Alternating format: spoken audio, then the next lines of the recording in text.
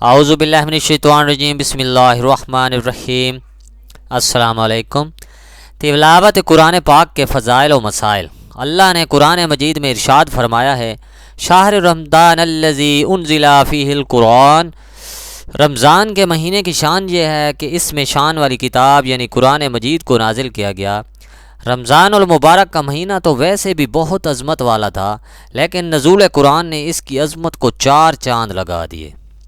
اسی لیے رمضان المبارک میں جبرائیل علیہ السلام سدرۃ المنتہا سے زمین پر تشریف لائے اور حضور نبی کریم علیہ الصلاۃ والسلام سے قرآن مجید کا ورد فرماتے تھے۔ قرآن مجید کی عظمت اور منقبت کے لیے اتنا ہی بات کافی ہے کہ یہ کلام اللہ ہے، یعنی اللہ کا کلام ہے، اس کے سامنے کسی کلام کی حیثیت باقی نہیں۔ مفسرین رحمۃ اللہ علیہ نے اس بات پر امت کا اجماع نقل کیا ہے کہ قرآن مجید پہلی آسمانی کتابوں اور صحیفوں میں بیان کردہ علوم کو بھی اپنے اندر جمع کیے ہوئے ہے، اور جتنے علوم قیامت تک کے لیے ہیں قرآن مجید نے ان کو بھی اپنے اندر جمع کیا ہوا ہے۔ جیسے جیسے وقت گزرتا جائے گا یہ علوم سامنے آتے جائیں گے۔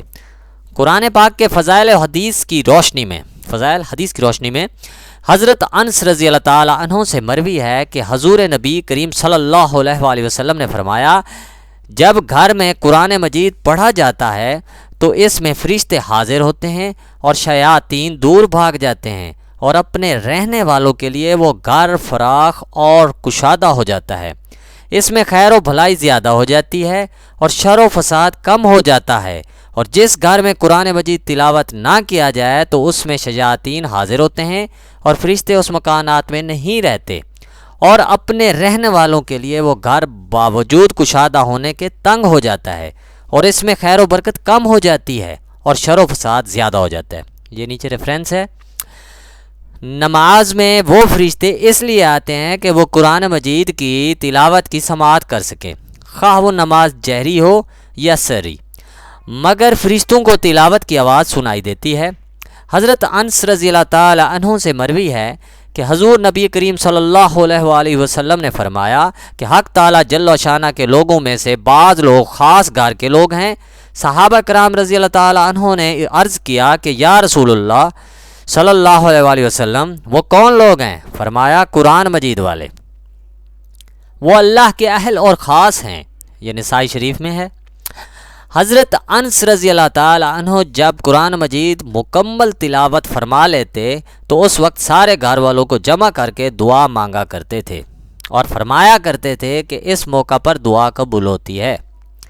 ام المومنین حضرت عائشہ رضی اللہ تعالی عنہما سے مروی ہے کہ رسول اکرم صلی اللہ علیہ وسلم نے ارشاد فرمایا کہ نماز میں قرآن مجید کی تلاوت بغیر نماز کے افضل ہے، اور بغیر نماز کے تلاوت تسبیح اور تکبر سے افضل ہے، اور تسبیح صدقے سے افضل ہے، اور صدقہ نفلی روزے سے افضل ہے، اور روزہ ڈھال ہے آگ سے۔ یہ بہقی شریف میں ہے۔ حضرت عبداللہ بن عمر رضی اللہ تعالی عنہ سے مروی ہے کہ سیدنا محمد رسول اللہ صلی اللہ علیہ وسلم نے ارشاد فرمایا کہ گناہوں کی وجہ سے دلوں کو بھی ایسے زنگ لگ جاتا ہے جیسے پانی کی وجہ سے لوہے کو زنگ لگ جاتا ہے۔ صحابہ کرام رضی اللہ تعالی عنہ نے پوچھا، یا رسول اللہ صلی اللہ علیہ وسلم، اس کا علاج کیا ہے؟ تو آپ صلی اللہ علیہ وسلم نے فرمایا، 2 چیزوں سے اس کا علاج ممکن ہے، ایک موت کو کثرت سے یاد کرنا کیونکہ اس سے دل نرم ہوتا ہے، اور دوسرا قرآن مجید کی کثرت سے تلاوت کرنا، اس سے دل روشن ہوتا ہے۔ یہ بہقی شریف میں ہے۔ حضرت عبداللہ بن عمر رضی اللہ تعالی عنہ سے مروی ہے کہ 5 اوقات میں آسمان کے دروازے دعا کے لیے کھول دیے جاتے ہیں۔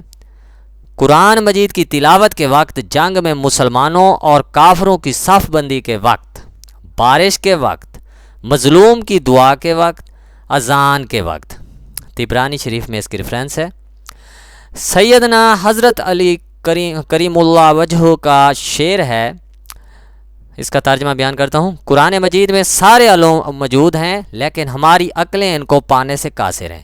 قرآن مجید کے جتنے علوم و مصارف آج تک ہمارے سامنے آئے ہیں وہ صرف اور صرف صاحب وحی پیغمبر حضرت محمد صلی اللہ علیہ وسلم کے بیان کردہ مطالب و مقاصد کی روشنی میں ہی ہیں، کیونکہ قرآن مجید کو صرف وہی ہستی جان سکتی ہے جن پر قرآن مجید نازل ہوا۔ موجودہ قرآن مجید بعینہ ان الفاظ کے معافی کے ساتھ ہمارے پاس موجود ہے، جن الفاظ و معنی کے ساتھ حضور اکرم صلی اللہ علیہ وسلم پر نازل ہوا ہے۔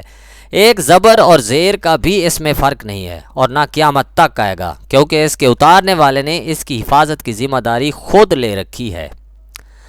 حضرت انس رضی اللہ تعالی عنہ فرماتے ہیں کہ حضور نبی کریم علیہ الصلوۃ والسلام صلی اللہ علیہ وسلم نے فرمایا، تم میں سے جب کوئی شخص یہ چاہے کہ وہ اپنے رب سے مناجات و گفتگو کرے تو اس کو چاہیے کہ قرآن مجید کی تلاوت کرے۔